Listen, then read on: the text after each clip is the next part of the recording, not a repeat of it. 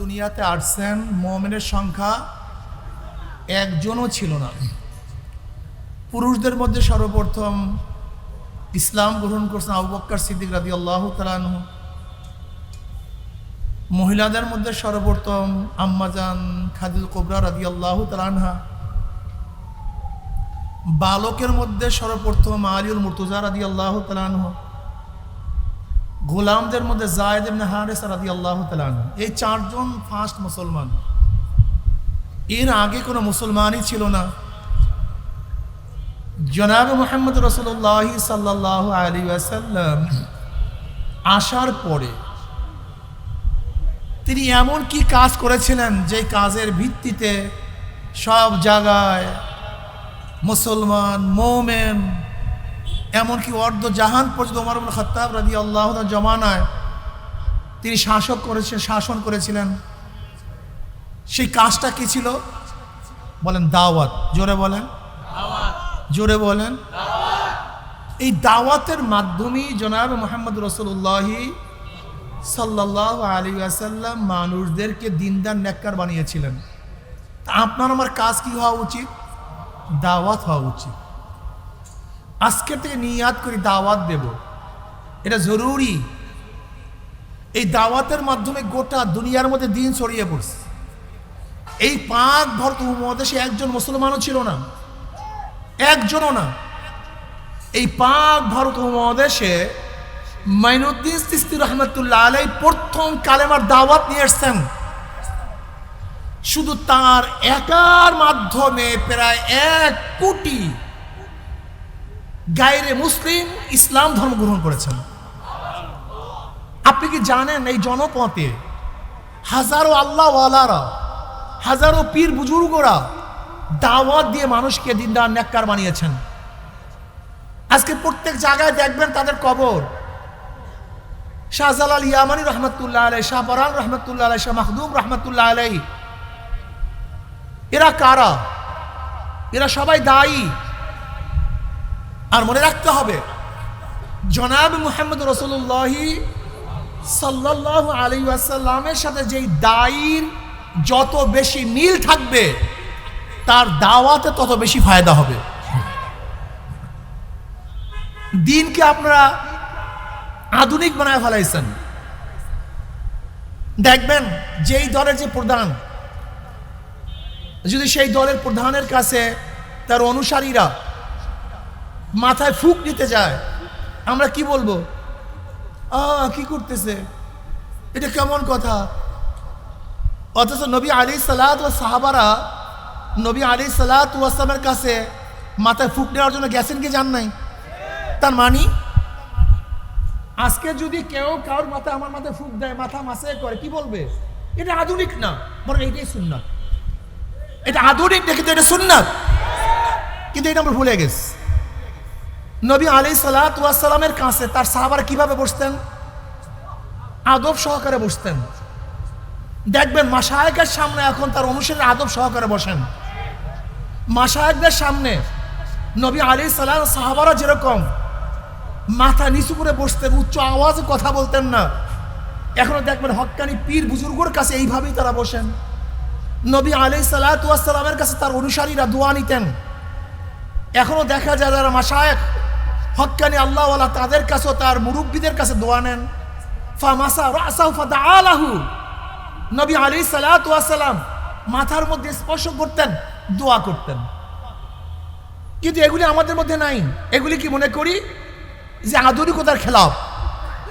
নবী আলাইহিস সালাতু ওয়াস সালামের দরবারে এমন কিছু লোক ছিল যাদের মাথা ছিল এলোমেলো, যাদের পোশাকগুলি ছিল জীর্ণ শীর্ণ, যাদের চেহারার মধ্যে রং ছিল না, ঢং ছিল না। এমনকি নবী আলাইহিস সালাতু ওয়াস খাস লোকগুলি এমন ছিল, বড় লোকের দরজার কাছে গেলে বড় লোকরা দরজা খুলতো না। ভদ্র পরিবারে যদি বিবাহের জন্য প্রস্তাব দেওয়া হতো তাহলে ভদ্র পরিবারের লোকগুলি তাদের কাছে তাদের মেয়ে বিবাহ দিত না। এরকম জীর্ণ শীর্ণ লোক ছিল নবী আলাইহিস সালাতু ওয়াস দরবারে।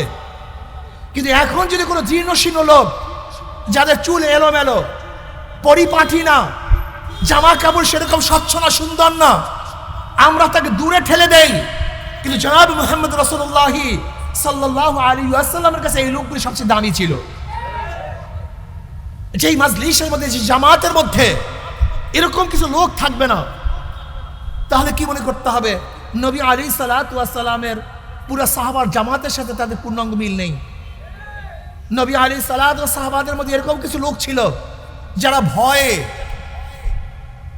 তাদের অবস্থা কি ছিল? বুখারীর মধ্যে রওয়ায়াত আসছে, নবী আলাইহিস সালাতু ওয়াস সালাম যখন নবী আলাইহিস সালাম বয়ান শেষ, কান্নাকাটি শেষ হয়ে গেছে, রাবি বলেন আমি কাছের এক ব্যক্তিকে প্রশ্ন করছি, নবী আলাইহিস সালাতু ওয়াস সালাম এমন কি বয়ান করেছিলেন যে বয়ানের কারণে মাজলিসের মধ্যে এই অবস্থা সৃষ্টি হয়েছে? তখন সেই কাছে থাকা ব্যক্তি বললেন, নবী আলাইহিস সালাতু ওয়াস সালাম বলেছেন অচিরি কবরের মধ্যে দজ্জালের ফিতনার মতো ফতনার সম্মুখীন হতে হবে।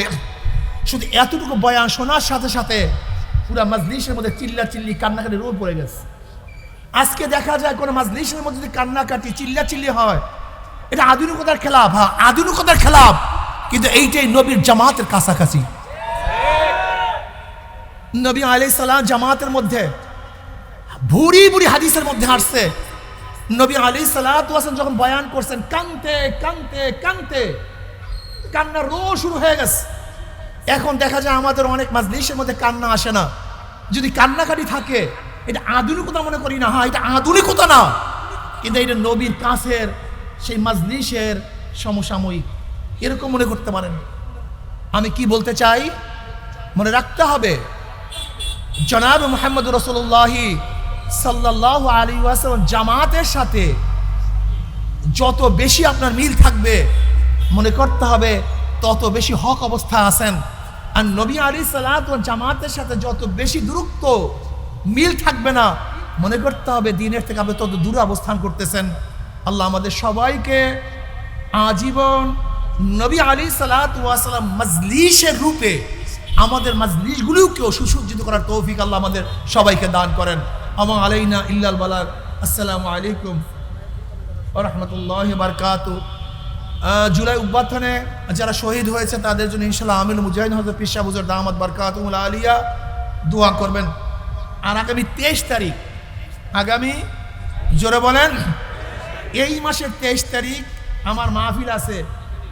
এই যে বাইতুল মুকাররমের পশ্চিম সাইটের রোডে আগামী 23 তারিখ ইনশাআল্লাহ আমরা সবাই থাকবো। এখন আমিল মুজাহিদিন হযরত পীর সাহেব হুজুর দামাত বারকাতুহুল আলিয়া তিনি বয়ান করবেন, ইনশাআল্লাহ মুনাজাত দেবেন।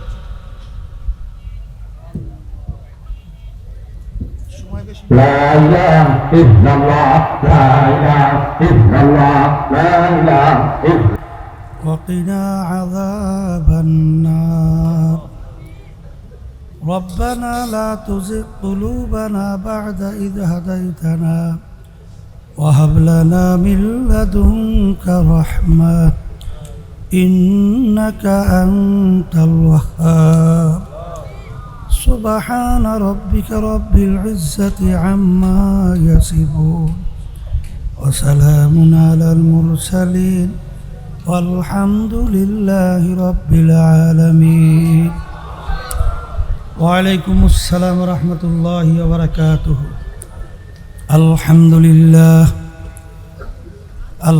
لله ونستعينه ونستغفره ونعوذ بالله من شرور أنفسنا من يهده الله فلا مضل له ومن يضلله فلا هادي له ونشهد أن لا إله إلا الله وحده لا شريك له ونشهد أن محمدًا عبده ورسوله أما بعد فأعوذ بالله من الشيطان الرجيم بسم الله الرحمن الرحيم وما أرسلناك إلا رحمة للعالمين صدق الله العلي العظيم সবাই দুরূদ শরীফ পড়ি আল্লাহুম্মা সাল্লি আলা সাইয়্যিদিনা